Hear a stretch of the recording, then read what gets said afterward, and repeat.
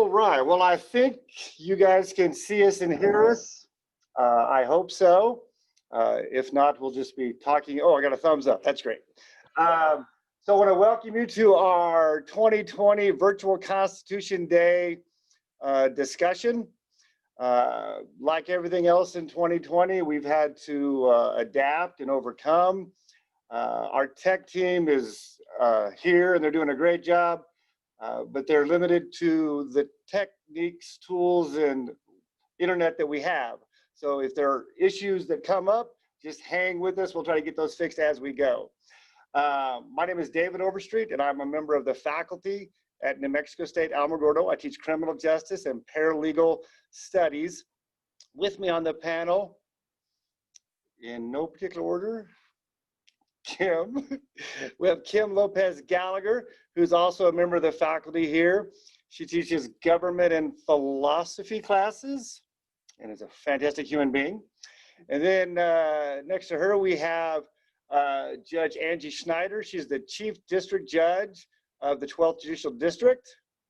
To her left, we have Becky Covaser, who is a civil rights attorney here in Alamogordo.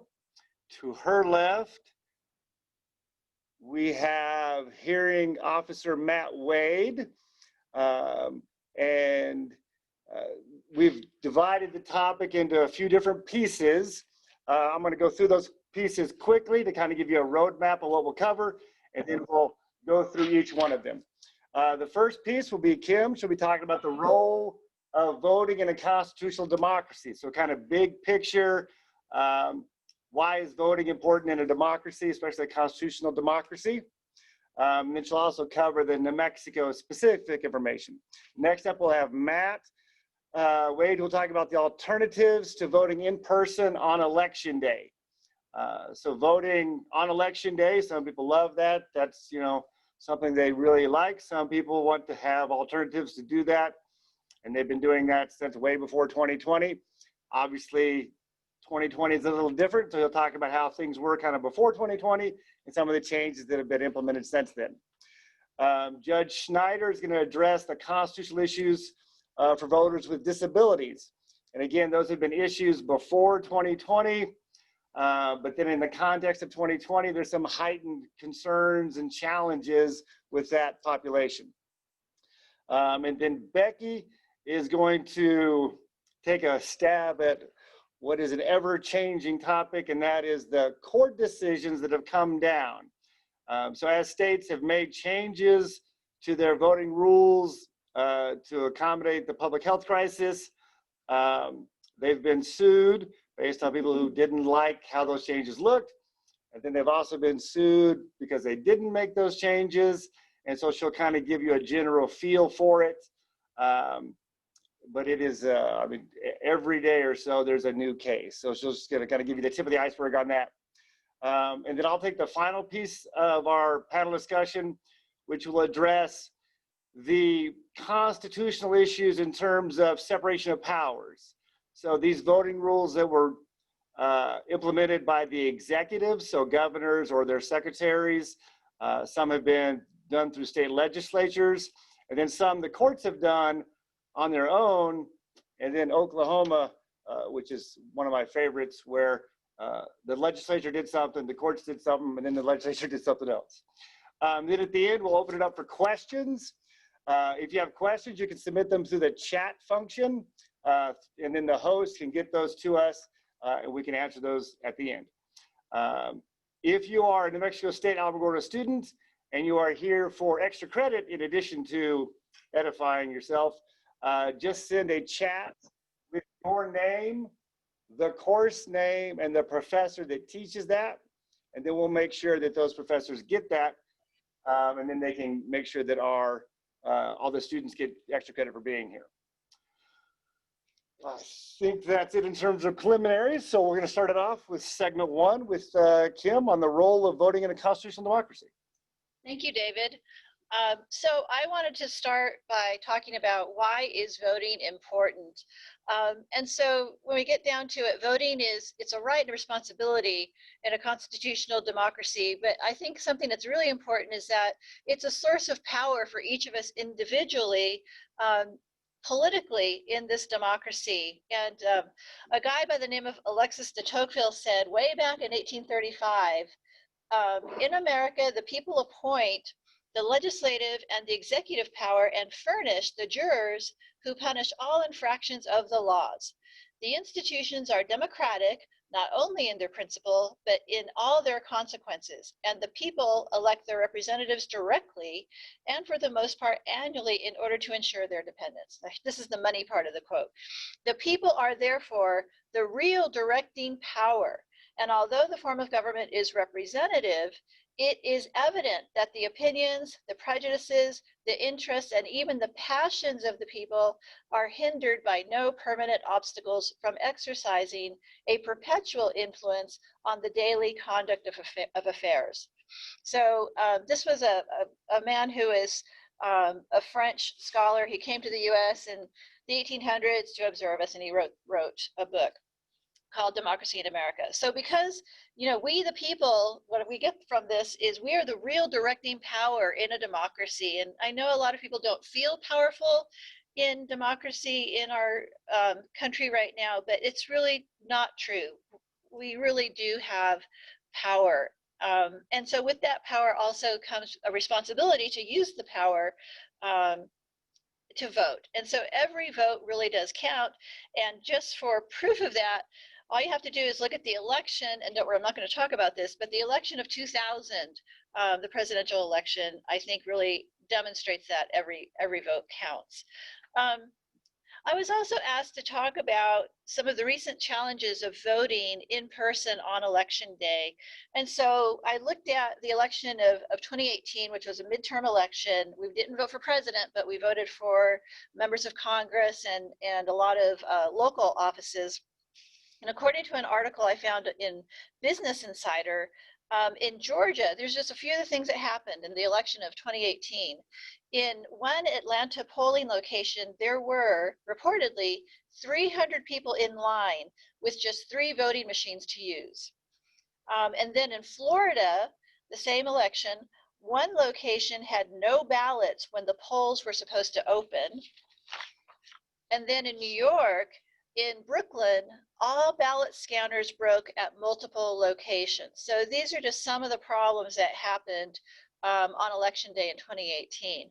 There was a study done by Keith Chen of UCLA just last year, very exhaustive, extensive study about wait times to vote. And what he found was that most often people who live in majority Black neighborhoods were affected the most by longer wait times. In other words, they had to wait in line longer in order to be able to vote.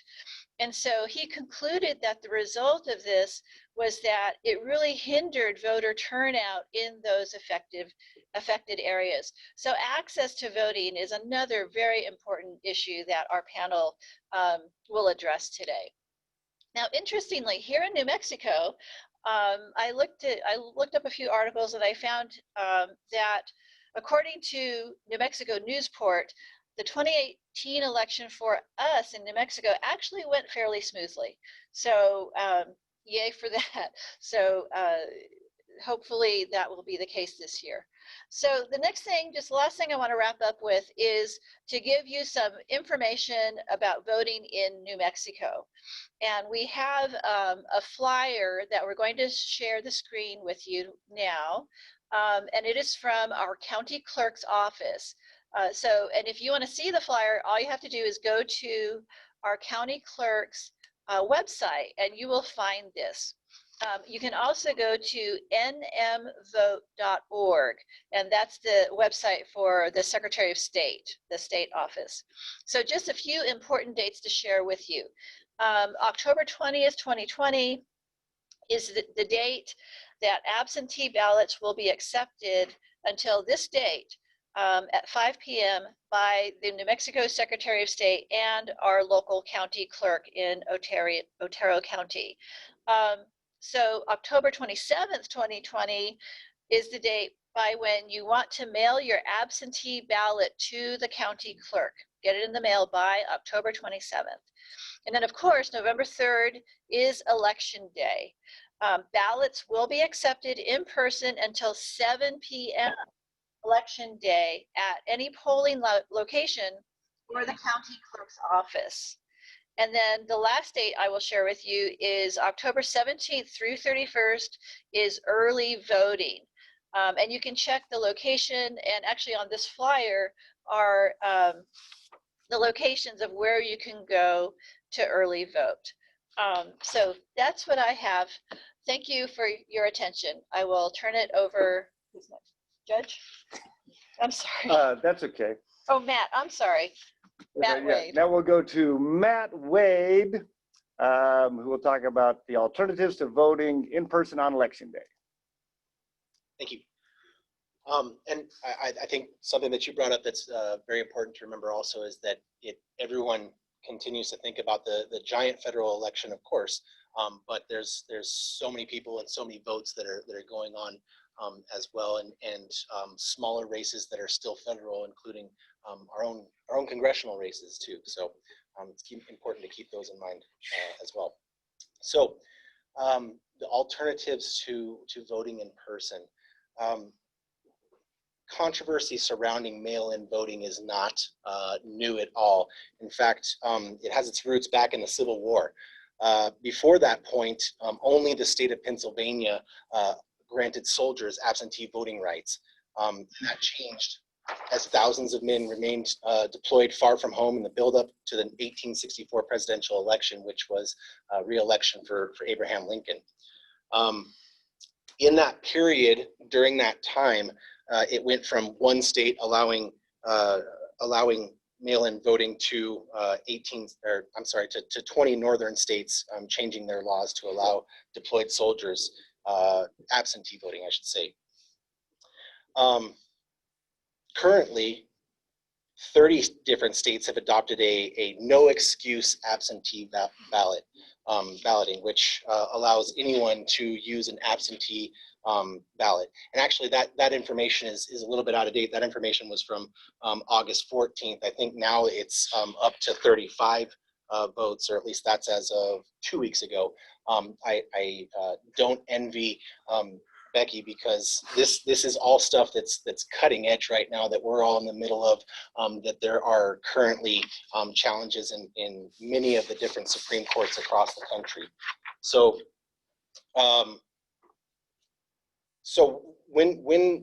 well, let's talk about absentee voting and mail-in voting, and what's the difference between those two things.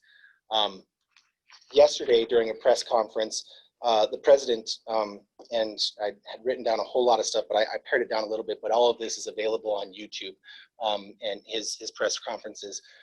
Make sure that you educate yourself so that way you can form your own opinions. You don't have to take my word for it, but the quote that I pulled out was one that a lot are using, and then I expanded on it a little bit too. But he said, "Our biggest threat to this election is governors from opposing parties controlling ballots, millions of ballots. To me, that's a much bigger threat than foreign countries, because much of the stuff coming out of about foreign countries turned out to be untrue. All we're asking is that if you solicit the ballot, you go through a process. You ask for a ballot because you can't be there for a large number of reasons, for whatever. I'm doing it myself. I won't be able to be in Florida. You solicit and they send it back to you. You do it and you send it back, and that's a process that you go through. It's pretty secure. So what's the difference between this, between mail-in balloting and absentee balloting, or voting, I should say? Absentee voting is, as the president was describing, is more talking about when you have a process where you're requesting it, and where you actually request your absentee ballot. What has been categorized as mail-in voting is where states have decided to just automatically send every citizen an absentee ballot, or actually just sending them the request for an absentee ballot. the terms absentee voting and mail-in voting are often used interchangeably. However, that's where the discussion, where you should focus or fact-finding is the difference between those two. Because as we all know, the president is definitely bringing that subject to light, in that the absentee ballots he believes are secure, or pretty secure, as he said, but the mail-in is not. A number of states, including California, Delaware, Illinois, ballots will be automatically mailed to every eligible voter without request or application needed. Some of those election officials are using all mail voting or universal vote by mail. But still, even if they have those mail-in voting, there will still be poll places open. That's not the case everywhere. In 2000, Oregon became the first state to switch to a fully vote by mail. There's even prior to this election, there were 5 states that did that, including Washington, Colorado, Utah, and Hawaii. But Oregon's been doing it. This will be 20 years that they've been doing an all by mail voting. Just some stats so that you'll know, or not stats, but facts, I guess. Vote by mail states are sending out ballots to all registered or eligible voters this year, including New Jersey, Vermont, Nevada, and the District of Columbia. Montana is splitting it so that way they can decide by their counties. In 10 states, including New Mexico, they're automatically sending out the requests for getting an absentee ballot by application. It's not the same as the just sending out the ballots, but they're sending out the requests. So Wisconsin, Michigan, Iowa, Nebraska, Massachusetts, Maryland, Delaware, Illinois, Connecticut, and as I said, New Mexico will be, are said to have been, at least 2 weeks ago, sending out their the requests for the absentee ballots, so that way you can go through that process that the president has said is pretty secure. There's some places that are still requiring an excuse. They're not doing the no excuse absentee ballots, but a lot of that is changing as we know it. So how does Oregon stay, or how have they been able to maintain safe mail-in balloting, or can it be safe?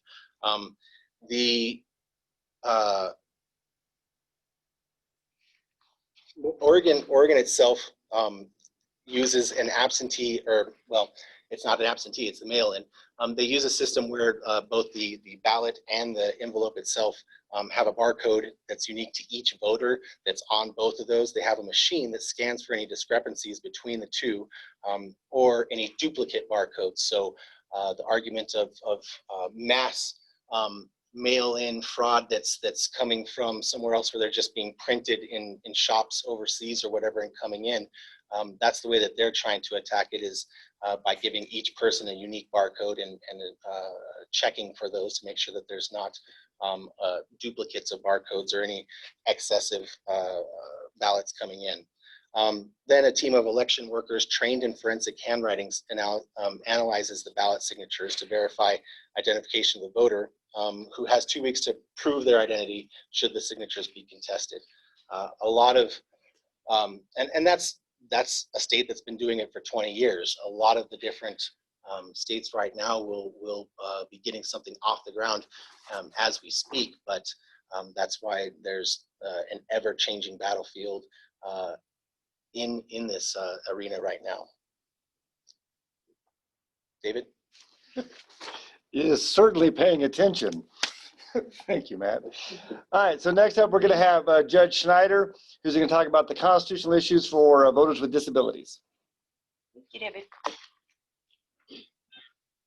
Hi, everyone, and I'm going to focus on really mental health disabilities and constitutional issues for voters with mental health issues.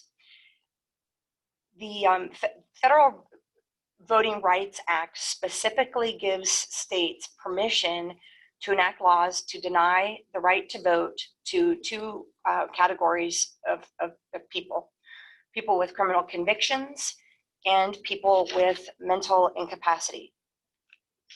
And the historic rationale behind that was that denying someone the right to vote for a mental incapacity was justified on the theory that protecting the validity of the voting process by distinguishing voters who intended to express some preference and to affect the election results from those who did not understand the nature of voting. And so it was assumed that people who had mental health issues wouldn't understand the nature of voting and could somehow interfere with the integrity of the process.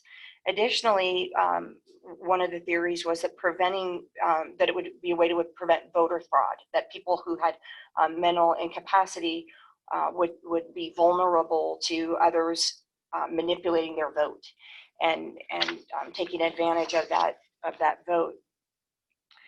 And most states have some either constitutional or statutory provisions that also deny people the right to vote because of mental incapacities. And again, I use that word in quotes.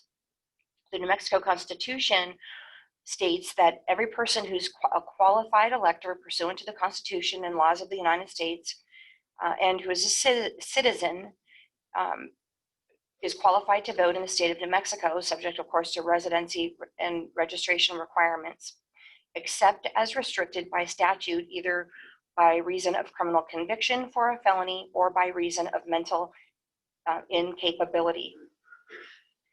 And New Mexico law further statutorily restricts voting rights for people who have mental health issues in the probate code. Which states that an incapacitated person for whom a guardian has been appointed retains all legal and civil rights except those which have been expressly limited by the court, by court order. And this is done when someone is ordered to have a guardian because of their incapacitation. And an incapacitated person under New Mexico statutory law states is a person who demonstrates over time either partial or complete functional impairment by reason of mental illness, mental deficiency, and that it has to be demonstrated to the extent that the person is unable to manage their own personal affairs or they're unable to manage their estate or their financial affairs, or both of those things. So New Mexico law, a court has to make specific findings and specifically order that someone cannot vote due to their mental incapacitation. And so it's pretty narrow in New Mexico who can be ordered because of a mental health issue or mental illness to to restrict their voting.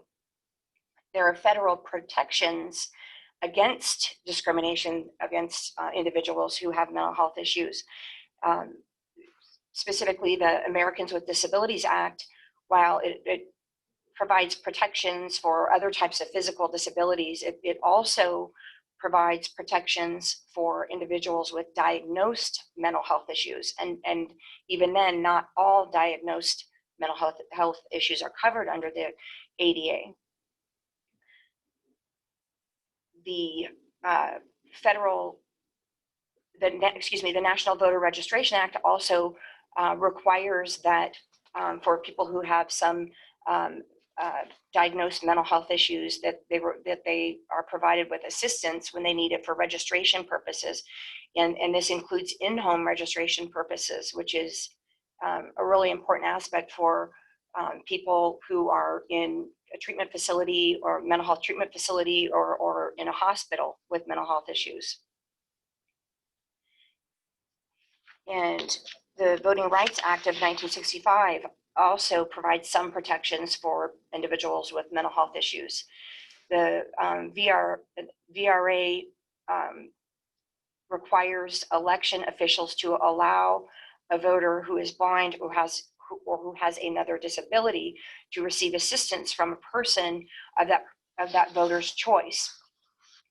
And while it just broadly defines or broadly encompasses a disability, under the ADA, individuals with diagnosed mental health issues would be covered under the Voting Rights Act to have someone with them at a polling place to assist in that voting process. And in New Mexico, we have the same assistance is statutorily granted, but in New Mexico, our statute only allows for assistance for an individual with a physical disability and not a mental health disability. And even then, that what type of assistance is granted under the federal law or the state law isn't very clearly defined. So how are individuals with mental illness and mental health issues denied the right to vote, even with these protections,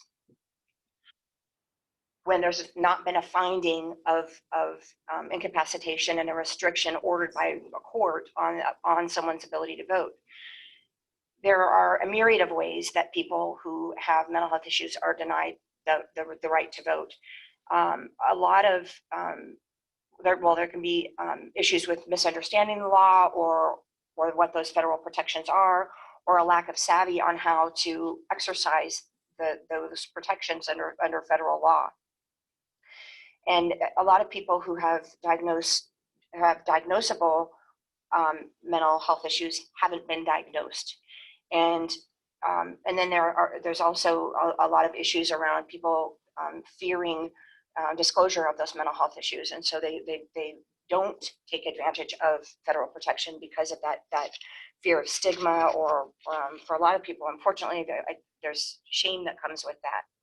And this creates a problem, particularly when someone wishes to vote in person, going into a crowded polling place or standing in a line for a long time can be really challenging for people with a mental health condition or mental health issue. And while the ADA requires public entities to modify their voting policies to accommodate people with mental health issues, there are limits on what they are required to do. So if you considered someone with a broken leg and crutches and they were standing in line and uncomfortable, that physical disability wouldn't require that they move to the front of the line, just that a chair would be provided while they wait. And that same kind of modification or consideration for someone with mental health issue wouldn't alleviate what their concern was or what their barrier was to. And a lot of the barriers to voting, particularly in person for people with mental health issues, have to do with the situational or environmental aspects of that. Again, long lines and crowded, potentially crowded polling places.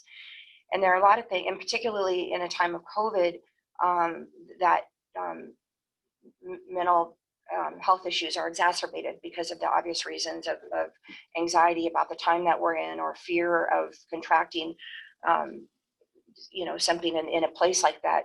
So these issues are undoubtedly at this time, again, at a heightened level. And there are a lot of things that can be done to alleviate these issues. First of all, public awareness that there's that federal protection out there. Additionally, as Matt talked about, the absentee ballots, alleviate some of that, but there needs to be an alternative method of voting under the federal protection for voters who, with mental health issues, mental health disabilities, that want to cast their vote in person. And in a lot of different states, they'll allow service animals in, and even animals, just comfort animals in, with people with mental health issues, so that they are more comfortable in that environment. Another piece of it is training for those who work in polling places to know how to respond appropriately as someone who has a mental health issue. And then curbside voting is utilized in a lot of states, and New Mexico does not have it, and I wasn't able to find any information about whether or not that's been considered here.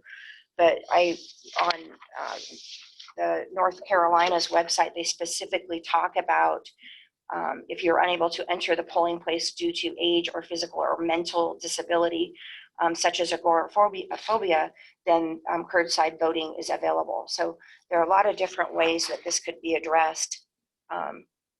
to accommodate it. And it was refreshing to see that a lot of states are taking specifically mental disabilities, mental health disabilities into consideration in their voting options.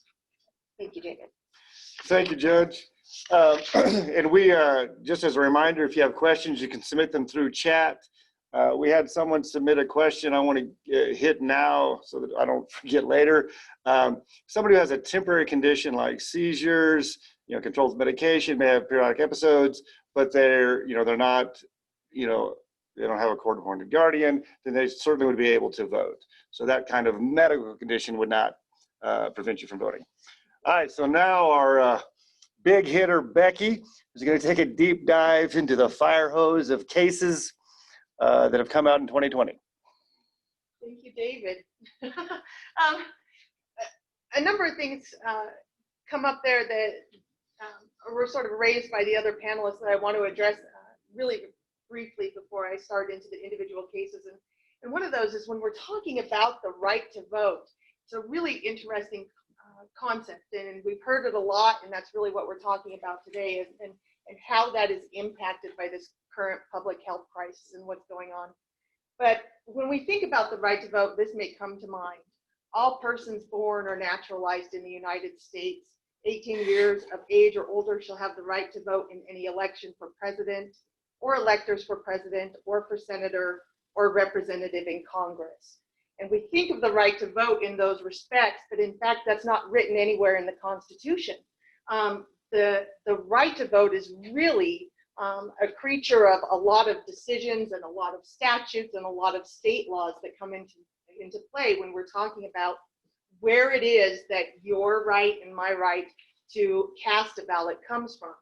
Because it's not specifically listed in the Constitution very specifically, the Constitution of the United States, although it's incorporated in many state constitutions, and it's referenced in the amendments when we're looking at the 14th, the 15th, the 19th, the 24th, and the 26th Amendment. Those all reference the right to vote, but really only in respect to the ways that Congress or the states cannot limit somebody's right to vote, whether it's because of age, sex, or color. And so we're looking a lot to state law to figure out who has a right to vote. So many of these cases that are now pending before courts, whether they're at the federal level or at a state court level, are bringing together a multitude of issues and sources of this right to vote that we're talking about. And so in addition to the federal Constitution and the Bill of Rights providing limits on that, state constitutions, there are also other certain acts of Congress that Judge Schneider mentioned, the Americans with Disabilities Act and the Voting Rights Act of 1965 that come into play that supplant and explain and limit restrictions on the right to vote. So at this time, just with regard to the current public health emergency and with regard to COVID-19 and the circumstances that arise there, right now pending in the courts of 45 of our states and the District of Columbia and Puerto Rico, and that may have even expanded more today, I don't know. There are at least 250 court cases that are pending right now with regard to restrictions on the right to vote or challenges to restrictions on a right to vote and the methods that can be used. And then the converse of that is that there are circumstances where people are challenging changes that the states have made in order to accommodate early voting, mail-in ballots, and accommodations for individuals who may be having difficulty, whether it was voting in a primary election or contemplated in the November election, the November general election. But for the most part, I'm going to confine my discussion of the cases that are related to only the federal elections, and when we're talking about the elections for the president and the vice president, and then also members of Congress, the Senate and the House. So as I mentioned, there are over 250 cases pending right at this moment. So I'll start with case one. Or not, because there just really aren't that much. But there are some general trends of areas that are coming up repeatedly under various states and federal laws. And at this time, there are very few decisions on those. And the reason for that is because when we're talking about litigating these voting rights issues, or whether it was because of those issues that came up before, disenfranchisement of voters or restrictions on polling, the court system is a very inefficient way to handle those, especially in the context of a public emergency. And we do see a number of circumstances where courts are trying to really get these issues to the forefront, and that's a coordination sometimes between federal courts and state courts to figure out how to get these cases moving. Because the normal voting rights cases that would come up, say, under the Voting Rights Act of 1965, those can be years to resolve. And so what we're seeing are these challenges that were raised at the point in time when we were dealing with primary elections. And because it was very imminent and very immediate at that point, we had a public health emergency and people were wondering, how do I submit my ballot? And so a lot of these cases that are currently pending arose at that stage, and now we're quickly rolling towards this November election, and that's going to impact it that way. So the cases that we actually have the court saying something about generally are in the context of preliminary injunctions.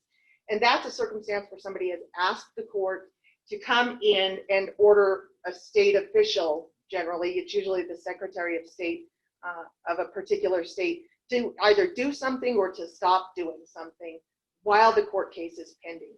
And we have a few decisions there that will give us kind of clues on how the courts may rule ultimately on the challenges that are being presented to them. And one of the areas that comes up very, very frequently are how states are to count absentee ballots or mail-in ballots. Because most states, like New Mexico, have a statute that says that all mail-in ballots or absentee ballots have to be received by the election official by a particular time on election day. So, for example, if it's November 3rd, that the ballot has to be received by 7 p.m. on November 3rd, otherwise it's not counted. But now we have a number of issues to come up with that. These mail-in ballots, what we're seeing are, because states are scrambling to get them out, and some of these states have millions of requests for absentee ballots. The question is, if they're delayed in the mail, what happens to that ballot? And in a lot of cases, those ballots are immediately go in the garbage. And so the challenges that arise, ask the question, is that fair? And then when courts are looking at that, the right to vote, and what now the courts now recognize as being the right to vote, the question comes up is whether there is a burden on a person's right to vote, or whether there's some sort of a restriction that impairs a person's right to vote, and then whether or not that restriction is reasonably related in some circumstances, or if the scrutiny is higher, if there's a big impact, whether it's absolutely required by the state in order to serve a purpose. And so states rightfully come in and they say, well, we have to set those deadlines for the ballots to come back to us, because number one, they have to be counted, and then they have to be tabulated and released, and then the deadlines that come after that kick into effect. So one of the circumstances where we have a little bit of a court guidance on how those questions might be addressed is the Republican National Commission versus the Democratic National Commission, which is a case out of Wisconsin. And it's notable because it has gone through the court process there, from the Federal District Court in Wisconsin through the Court of Appeals, and actually to the United States Supreme Court, who then in a very limited decision allowed the Federal District Court judge's decision to stand, preventing the Wisconsin Secretary of State from imposing an absolute deadline on receipt of ballots by the voting date, and upholding the extension of the time for those ballots to be submitted, provided that they were mailed by the voting date. Because the circumstance came up that by the time the Secretary of State could get those ballots out, and then the person could vote and return them, the time would have elapsed. There was just no practical way for those votes to be counted. So the Supreme Court of the United States has given a little bit of has had a very slight input there in the sense that they allowed the federal district court there in Wisconsin to say that that deadline was not fair, because even though it was reasonable for the state to impose a restriction and impose that deadline, the practical effect of it was that it would result in many, many people not being able to vote, despite their best efforts and despite the circumstances. So in weighing those rights, the right versus the obligations of the state, the court erred on the side of being sure that people could cast their ballots.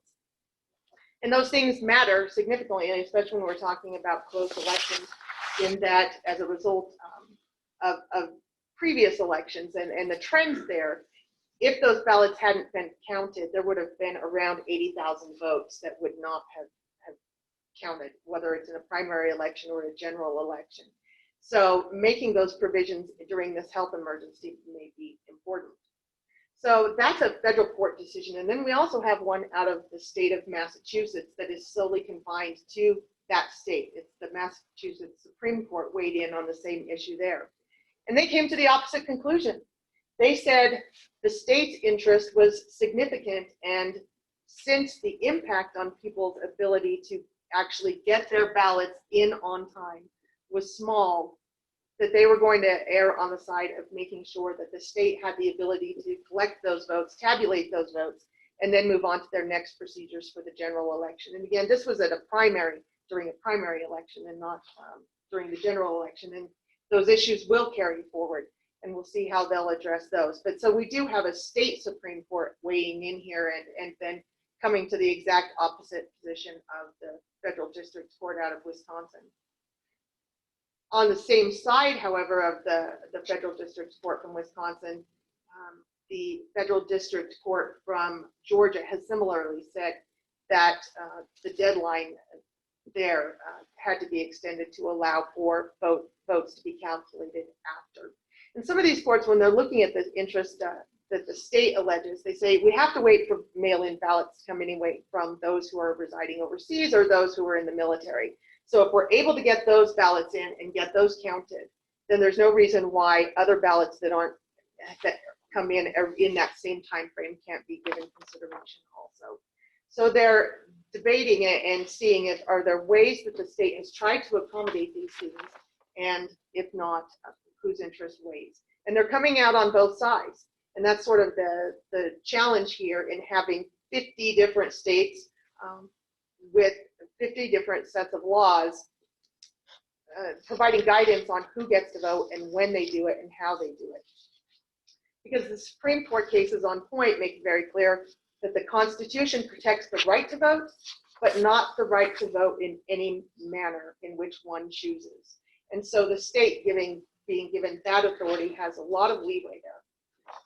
Another area that is subject to challenge are the reasons for issuing an absentee ballot. And Judge Schneider touched on this, is in that in some states and under some particular statutes, that those who have a physical condition or a mental health condition, a lot of times people over 65 are eligible to apply for absentee ballots. Some states restrict the ability of people to request absentee ballots if they are in those narrow classes of people. So challenges have been raised in multiple states, including Kentucky, Louisiana, Connecticut, in federal and in state courts in those areas, saying that under the circumstances here, given this health emergency, that it is sufficient excuse for somebody to request an absentee ballot simply because their health may be in jeopardy if they have to vote in person.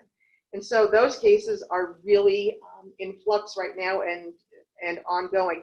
There are a few decisions that have been made. In the case Bay versus Merrill, the Superior Court in Connecticut upheld the Secretary of State's ability to allow absentee voting, because under their particular statute, it referenced only that someone could request an absentee ballot due to sickness. And it didn't necessarily mean their sickness, it meant any sickness or any sickness in the community. So that was a very narrow issue, more predicated on an interpretation of their rules than it was upon the constitutional provision. But those cases remain pending as well. Another area that is challenged frequently in those cases that are moving through the courts are those in which states require requesting an absentee ballot or voting by mail or by absentee ballot or by mail vote to present a copy of their ID with their vote, or also to have witnesses sign the envelope on which they submit their votes on their behalf. And we have decisions out of the Northern District of Alabama in this circumstance and a couple of other courts where the courts have said, under the circumstances, if an individual, not every individual, but if a particular individual is unable to get somebody to witness their mail-in ballot and to sign that they've seen them, that those individuals shall be allowed to vote by mail anyway, with sort of different effects and different procedures that those people are supposed to use. So the Alabama court actually interestingly says that they can do that, but they need to be sure to write on the outside of their envelope that they are not having witnesses sign it because they couldn't get witnesses due to health concerns in the COVID strain. So that's an interesting decision in that it imposes a new requirement to make a written statement on the outside of your envelope as opposed to, and people may not have notice of that. But also in the Wisconsin case that we discussed, the court there also said that the provision requiring witnesses' signatures was unconstitutional in the context where it may impact a person's ability to vote. And similarly, the First Circuit Court of Appeals, that's a federal court, has also weighed in and saying that the requirement to have witnesses sign it needs to be waived under the circumstances of this particular election. Similarly, people over the age of 65 frequently have concerns or difficulties voting in person, and so there are cases pending questioning whether or not those individuals need to be assured that they are able to vote by mail or by absentee ballot. Cases are currently pending regarding whether states can forego or prevent a voter from casting an absentee ballot or from it requiring that their vote be dismissed because their signatures don't match or they fail to accidentally sign in the right place or to make a certain assertion. Those are under scrutiny right now. Voter assistance statutes, requirements by states that prevent somebody from giving their ballot to somebody else to turn in for them. Those are under challenges, particularly in Arizona, with regard to the Arizona Act, which forbids any entity or another person from collecting other people's votes and then distributing them to the Secretary of State's office. And there is an interesting case on that comes out of the Arizona state courts, where after a trial, so that actually made it all the way to trial, the federal state court ruled that it was not discriminatory and not unconstitutional for the state of Arizona to prevent people from collecting ballots for others, and also for the provision of other ballot provisions, including allowing one person to deposit their vote in the wrong precinct if that were to happen. That court said it would not violate any constitutional right. And that case was overturned by the Ninth Circuit, the federal Ninth Circuit Court of Appeals, who said that's not the case. So that they said it was impermissible for the state of Arizona to enforce those restrictions under the current circumstances. So I am running out of time, but I want to touch on one other thing because I said I would talk a little bit about the opposite challenge. So there are circumstances where, as has been mentioned, states are encouraging people to vote by mail, by absentee ballot, and also providing early voting, mobile voting, curbside voting, a number of certain protections and provisions to allow people to vote under the current health circumstances so that they don't have to be in person at the polls subjecting themselves to a health risk. So there are a number of cases pending in various states in which generally a person running for office, or in the case of a lot of the federal claims, the Republican National Commission challenging Secretary of State's from multiple states' ability to make changes to the voting regulations. Interestingly, one of the cases that is now pending in Pennsylvania is Donald J. Trump for president and the Republican National Committee versus Brooke Barr. And Brooke Barr is the Secretary of State there in Pennsylvania, where they argued that the Secretary of State does not have the authority to expand voting rights in that manner because of the threat of voter fraud. And that case is currently stayed, but they did get to a point where they did discovery in that case. And discovery is the process by which one party can ask the other side for evidence. Because when these courts are handling these cases, they're not only hearing arguments of the parties and the attorneys, there are the expert witnesses that are coming in who are talking about the dangers and how these impacts, how people are impacted. And in that case, the court had requested information on voter fraud and required Donald J. Trump for President Inc. to provide that information that they had in their possession to show those cases that they have outlined regarding voter fraud by mail. And there was not, according to that and those discovery responses, a single case of voter fraud by mail in the state of Pennsylvania. So when the court is looking at those are the kinds of questions they're trying to answer is, are the provisions that the secretaries of state are trying to enforce based on the interests in voting, and is there a way to make sure that individuals' rights to vote are not infringed in that process? So with that, I will. Well, I'm a little disappointed you couldn't summarize 250 cases in less than 15 minutes, but I'll cut you some slack. Did you reply? Okay. All right. So there are some questions that come in through the chat that I've been able to just kind of field those. In terms of the constitutional issue from a separation of powers, you have the executive, legislative, and judicial. Most state elections are run under the Secretary of State, falling under the executive. The Alabama case is a good example.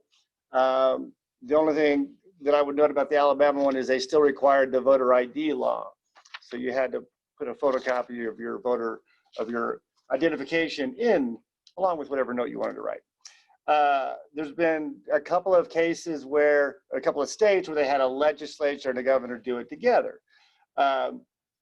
Unlike the ones where the secretaries or the commissions did it, almost all of those people got sued. Again, either you get sued because you did it, or you get sued because you didn't do it. The states where the legislative and the executive worked together, so their state houses passed a bill, their governor signed it, most of those didn't get sued. Missouri and California, but then they're kind of on the, they're kind of rowing in the same direction. And so they're going to have a little stronger case in court. On the judicial branch, so this is where, the governor didn't do anything, no secretary of state did anything, but there was just parties that challenged either a state's changing of rules or failure to change a rule. And it was two. One is that Oklahoma one. So on May 4th, the Oklahoma Supreme Court ruled that they didn't really have to have their absentee ballot notarized as long as they signed an affidavit under penalty of perjury. That would be sufficient because that's a felony. And so they thought that would be kind of a balancing of that interest like Becky just talked about. But the Oklahoma legislature 2 days later passed a statute overriding that, and the governor signed it the next day. So kind of a balance of powers within the three branches. The last one I want to touch on briefly was Tennessee.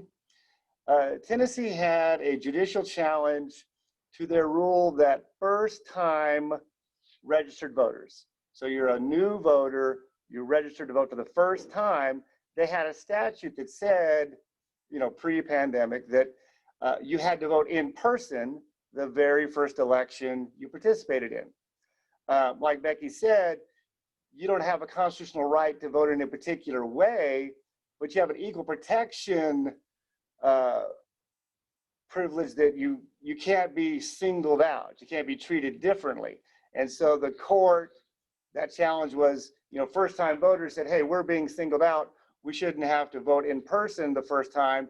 And frankly, that would be true regardless of whether or not you have a pandemic. But the court struck that down.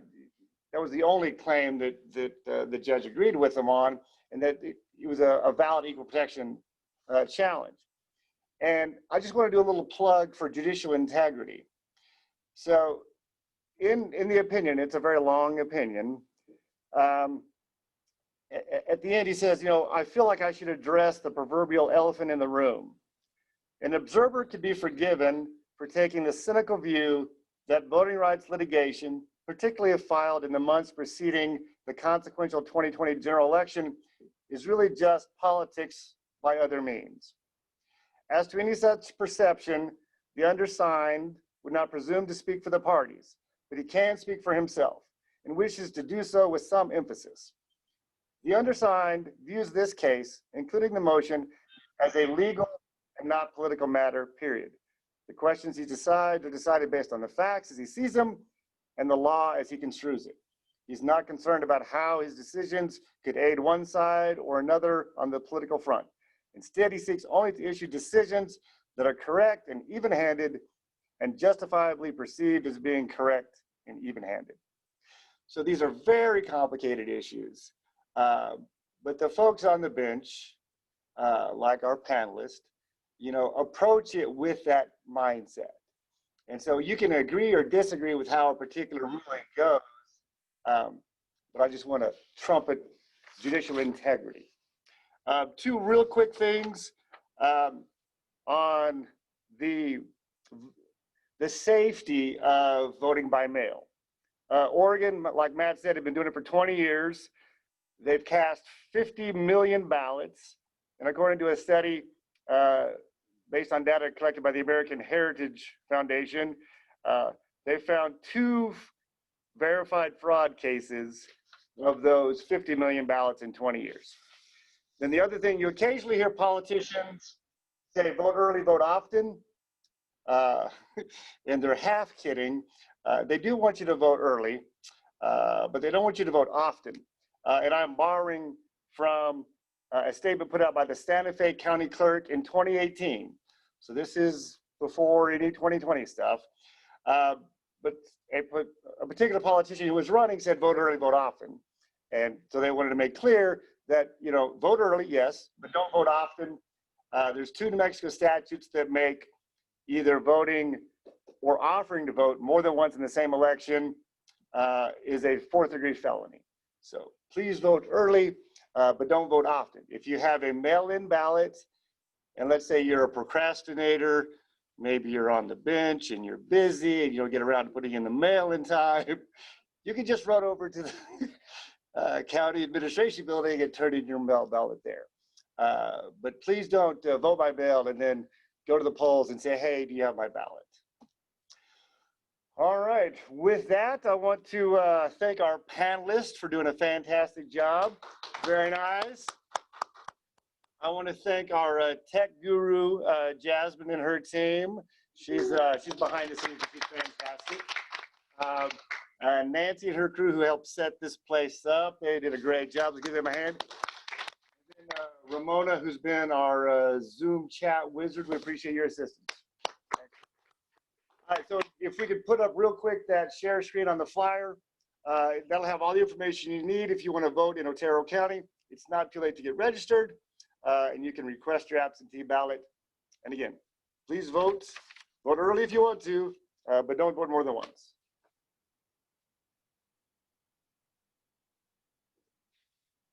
And we're muted.